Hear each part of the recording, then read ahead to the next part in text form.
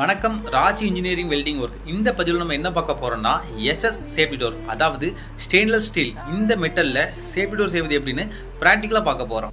நான் எதுக்கு இந்த வீடியோவில் ப்ராக்டிக்கலாக செய்வது எப்படின்னு போடுறேன்னா, புதுசாக வெல்டிங் ஒர்க் பண்ணுற ஒரு சில நபருக்கு எம்எஸ் மெட்டல், அதாவது இரும்பு மெட்டலில் சேஃப்டி டோர் செய்வாங்க. அதே ஒர்க்கு எஸ்எஸ் மெட்டலில் சேஃப்டி டோர் செய்ய கொஞ்சம் தயங்குவாங்க. ஏன்னா எம்எஸ் மெட்டலில் பெயிண்ட் ஒர்க்கு மட்டும்தான் வரும், பாலிஷ் ஒர்க்கு வராது. அதே எஸ்எஸ் மெட்டலில் பாலிஷ் ஒர்க்கு மட்டும்தான் வரும், பெயிண்ட் ஒர்க்கு வராது. அந்த பாலிஷ் ஒர்க்கு பண்ணுறது எப்படின்னு கொஞ்சம் பேருக்கு தெரியாது. தெரிஞ்சவங்க கிட்ட கேட்டு தெரிஞ்சுக்கலான்னு கேட்டால் அவங்க நினைப்பாங்க, என்னடா எல்லா வேலையும் தெரிஞ்ச நமக்கே வேலை வரல, இவனு மட்டும் எப்படிடா எஸ்எஸ் வேலைலாம் போகுது அப்படின்னு நினச்சி அவங்களுக்கு தெரிஞ்ச வேலையை சொல்லிக் கொடுக்க மாட்டாங்க.